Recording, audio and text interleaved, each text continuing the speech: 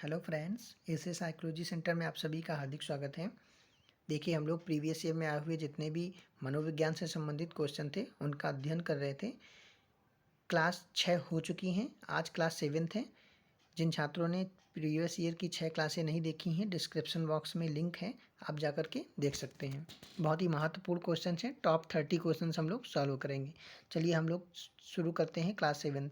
देखिए, पहला क्वेश्चन है, यह कथन किसका है? संवेग व्यक्ति की उत्तेजित दशा है। जीन पियाजे का, वुडवर्थ का, वैलेंटाइन का या फिर रॉस का? तो संवेग व्यक्ति की उत्तेजित दशा है, यह कथन है वुडवर्थ का।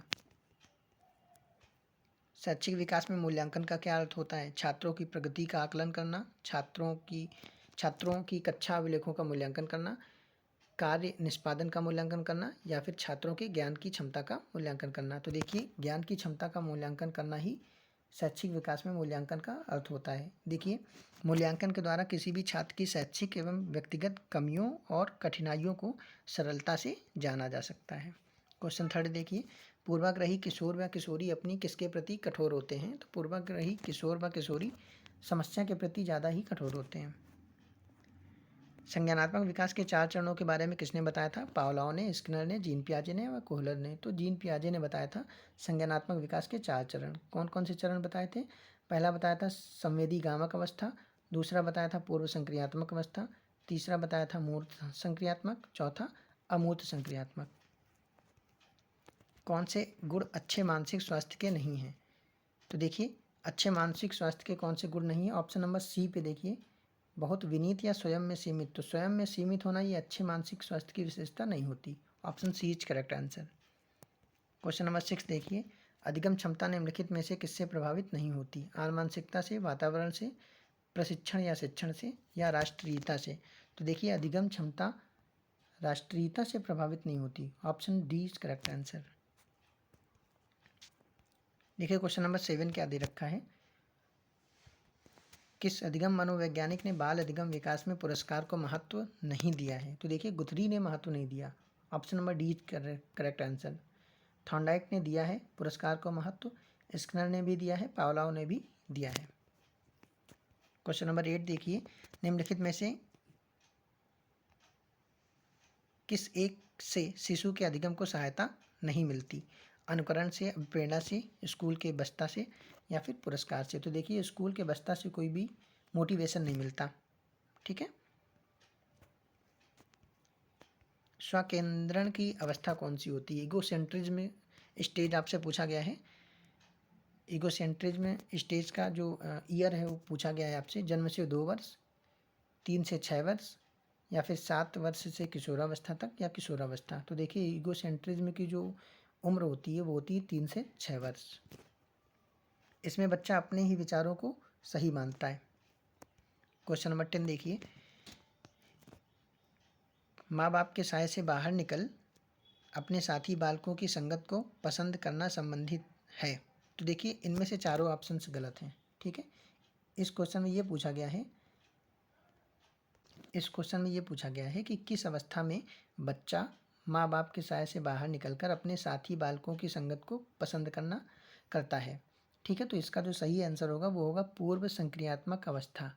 क्या होगा इसका जो सही आंसर होगा वो होगा पूर्व किशोरावस्था। पूर्व किशोरावस्था। ठीक है।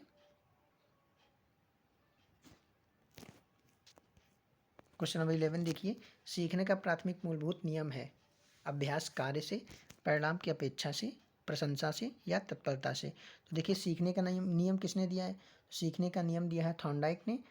3 प्राइमरी लॉज दिए हैं और जिनको हम लोग मुख्य नियम कहते हैं, और 5 गौड़ नियम या सहायक नियम दिए हैं थॉर्नडाइक ने। तो देखिए, प्राथमिक मूलभूत नियम कौन सा है? तो तत्परता का नियम प्राथमिक मूलभूत नियम है। क्वेश्चन नंबर 12 देखिए, मानसिक परिपक्वता की ऊंचाई को छूने के लिए प्रयत्नरत रहना संबंधित है किशोरावस्था से, प्रौढ़ावस्था से, पूर्व बाल्यावस्था से या फिर उत्तर बाल्यावस्था से?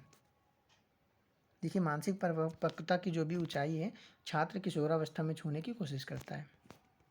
क्वेश्चन नंबर 13, सीखने की प्रक्रिया को प्रभावित करने वाले कारक हैं अनुकरण, प्रशंसा व निंदा, प्रतियोगिता। तो देखिए, सीखने की प्रक्रिया को ये सभी कारक प्रभावित करते हैं। क्वेश्चन 14, बालकों के सीखने में प्रेरणा को किस रूप में उपयोगी माना जाता है? बालक की वैयक्तिकता का आदर करना, पुरस्कार व दंड, प्रशंसा व भर्त्सना, या फिर ये सभी। तो देखिए बालकों के सीखने में प्रेरणा को किस रूप में उपयोगी माना जाता है, तो कहीं ना कहीं ये चारों ऑप्शन सही हैं। ठीक है। क्वेश्चन 15, कक्षा में विद्यार्थियों को अधिगम के लिए प्रेरित करने हेतु किस युक्ति का अनुप्रयोग आप नहीं कर सकते? देखिए छात्रों में स्वस्थ प्रतिस्पर्धा का स्थापित करना, ऑप्शन बी उन्हें आत्मगौरव की अनुभूति कराना, ऑप्शन सी उनकी अत्यधिक प्रशंसा करना, ऑप्शन डी गतिविधि आधारित शिक्षण अधिगम विधियों का अनुप्रयोग करना। देखिए विद्यार्थियों को अधिगम के लिए अगर प्रेरित करना है तो उनकी अत्यधिक प्रशंसा आप नहीं कर सकते। ठीक है, option C is correct answer. Question number 16 देखिए, बुद्धि एवं सृजनात्मकता में किस प्रकार का सहसंबंध पाया जाता है? तो देखिए इन दोनों में धनात्मक सहसंबंध पाया जाता है।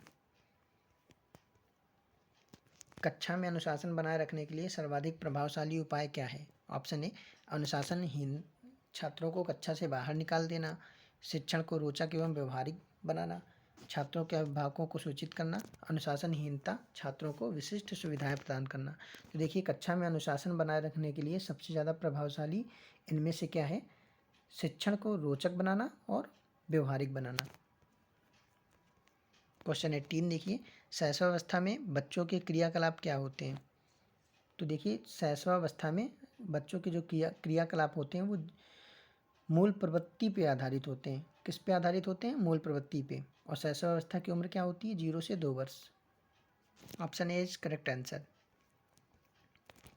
क्वेश्चन 19, जिन विद्यालय में समेकित शिक्षा दी जाती है उसके शिक्षकों को किस क्षेत्र विशेष में प्रशिक्षित करना चाहिए? तो देखिए इंक्लूसिव एजुकेशन से संबंधित क्वेश्चन है।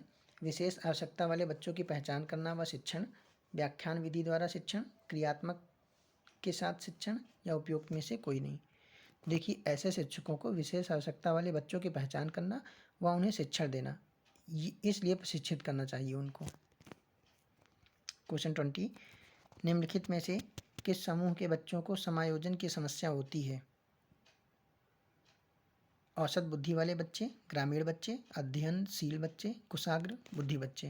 तो देखिए कुशाग्र बुद्धि के जो बच्चे होते हैं वो अपने आप को कहीं भी समायोजन नहीं कर सकते नॉर्मल बच्चों के साथ। क्वेश्चन 21, किसी शिक्षक को यदि यह लगता है कि उसका एक विद्यार्थी जो पहले से विषय वस्तु को भली भांति सीख रहा था उसमें स्थिरता आ गई है तो शिक्षक को क्या करना चाहिए? सीखने की प्रक्रिया की एक स्वाभाविक स्थिति मानना चाहिए, विषय को स्पष्टता से पढ़ना चाहिए, विद्यार्थी को प्रेरित करना चाहिए, या फिर उपचारात्मक शिक्षण करना चाहिए? तो देखिए ऐसे विद्यार्थियों को मानना चाहिए कि सीखने की यह एक प्रक्रिया है, सीखने की यह एक प्रक्रिया की स्वाभाविक स्थिति इसको मानना चाहिए। ठीक है, कि सीखने की यह एक स्वाभाविक स्थिति है। ठीक है। क्वेश्चन 22, अपनी कक्षा के एक विद्यार्थी को प्रवृत्ति को यदि शिक्षक बदलना चाहता है तो उसे क्या करना चाहिए? अपनी कक्षा के एक विद्यार्थी की प्रवृत्ति को यदि शिक्षक बदलना चाहता है तो उसे क्या करना चाहिए? विद्यार्थी के साथ कड़ाई से पेश आना चाहिए, ऑप्शन बी कक्षा के अन्य छात्रों से दूरी बनाए रखने के लिए कहना चाहिए, ऑप्शन सी उसके समूह के सभी सदस्यों की प्रवृत्ति बदल देनी चाहिए, ऑप्शन डी विद्यार्थी को पढ़ने के प्रति प्रेरित करना चाहिए। तो देखिए उसके समूह के सभी सदस्यों की प्रवृत्ति को बदल देना चाहिए। ठीक है, option C is correct answer. Question 23, विकास का वही संबंध परिपक्वता से है जो उद्दीपन का है, परिवर्तन से, प्रतिक्रिया से, प्रयास से, या परिणाम से? तो देखिए विकास का वही जो संबंध परिपक्वता से, उद्दीपन का वही संबंध प्रतिक्रिया से है। ठीक है, option B is correct answer. Question 24, Jean पियाजे मुख्यतः किस योगदान के लिए जाने जाते हैं? तो जीन पियाजे भाषा विकास के लिए जाने जाते हैं, ज्ञानात्मक विकास के लिए जाने जाते हैं, नैतिक विकास के लिए, या फिर सामाजिक विकास के लिए? तो देखिए जीन पियाजे ज्ञानात्मक विकास के लिए जाने जाते हैं, इसी को हम लोग संज्ञानात्मक विकास भी कहते हैं। क्वेश्चन नंबर 25 देखिए, जब कभी दो या दो से अधिक व्यक्ति एक साथ मिलते हैं और एक दूसरे को प्रभावित करते हैं तो वे एक सामाजिक समूह का निर्माण करते हैं।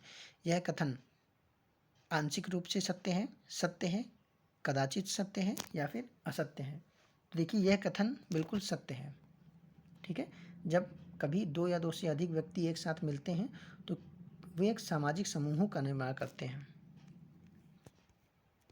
क्वेश्चन नंबर 26, शिक्षण प्रक्रिया में निम्नलिखित में किसका भली प्रकार से ध्यान रखना चाहिए? तो देखिए, विद्यार्थियों की सक्रिय सहभागिता का, अनुशासन और नियमित उपस्थिति का, गृह कार्य की जांच में लगन का, विषय वस्तु की कठिनाई के स्तर का। देखिए, शिक्षण प्रक्रिया में निम्न में से किसका भली प्रकार ध्यान रखना चाहिए? विद्यार्थियों की सक्रिय सहभागिता का। क्वेश्चन नंबर 27, निम्नलिखित व्यक्तियों में से कौन अपने बच्चों को आंतरिक प्रेरणा दे रहा है? देखिए, ऑप्शन नंबर डी देखिए, विज्ञान विषयों में सर्वोच्च अंक पाने पर राकेश कुमार अपने पुत्र की प्रशंसा करते हैं, तो यही एक आंतरिक प्रेरणा दे रहा है। ठीक है, कहानी की पुस्तक देने से कोई आंतरिक प्रेरणा नहीं होती, चॉकलेट देने से कोई आंतरिक प्रेरणा नहीं होगी, अपने पुत्र के जन्मदिन पर गिरजेश कुमार दावत देते हैं, दावत देने से भी कोई आंतरिक प्रेरणा नहीं होती, प्रशंसा करने से एक आंतरिक प्रेरणा होती है। क्वेश्चन नंबर 28, बच्चों के सामाजिक विकास किसका विशेष महत्व है? बच्चों के सामाजिक विकास किसका विशेष महत्व है? क्वेश्चन नंबर 28, देखिए, बच्चों के सामाजिक विकास में किसका एक महत्व है? खेल का, दिनचर्या का, बाल साहित्य का, संचार माध्यम का। देखिए, बच्चों के सामाजिक विकास में खेल का बहुत महत्व है। क्वेश्चन नंबर 29, भाटिया बैटरी का प्रयोग निम्न में से किसके परीक्षण हेतु किया जाता है? व्यक्तित्व के परीक्षण हेतु, बुद्धि के परीक्षण हेतु, सृजनात्मकता के परीक्षण हेतु, या फिर अभिवृत्ति के परीक्षण हेतु। देखिए, भाटिया बैटरी का जो प्रयोग है वो बुद्धि के परीक्षण हेतु किया जाता है। Option B is correct answer. ठीक है, क्वेश्चन नंबर 30 एंड यही लास्ट क्वेश्चन है आज की सीरीज का। कोहलबर्ग का विकास सिद्धांत निम्न में से किससे संबंधित है? भाषा विकास, संज्ञानात्मक विकास, नैतिक विकास, सामाजिक विकास। कोहलबर्ग का जो विकास सिद्धांत है ये नैतिक विकास से संबंधित है। Option C is correct answer. ठीक है, देखिए, आज के क्वेश्चंस यहीं से समाप्त होते हैं। टॉप 30 क्वेश्चंस हम लोग रोज करते हैं। जैसे ही प्रीवियस ईयर मनोविज्ञान के क्वेश्चंस जैसे ही ख़त्म हो जाएंगे, उसके बाद हम लोग पॉइंट टू पॉइंट मनोविज्ञान से संबंधित जितने भी इम्पॉर्टेंट पॉइंट हैं उनको पढ़ेंगे। उसके बाद मनोविज्ञान से संबंधित जितनी भी थ्योरीज हैं उनको पढ़ेंगे।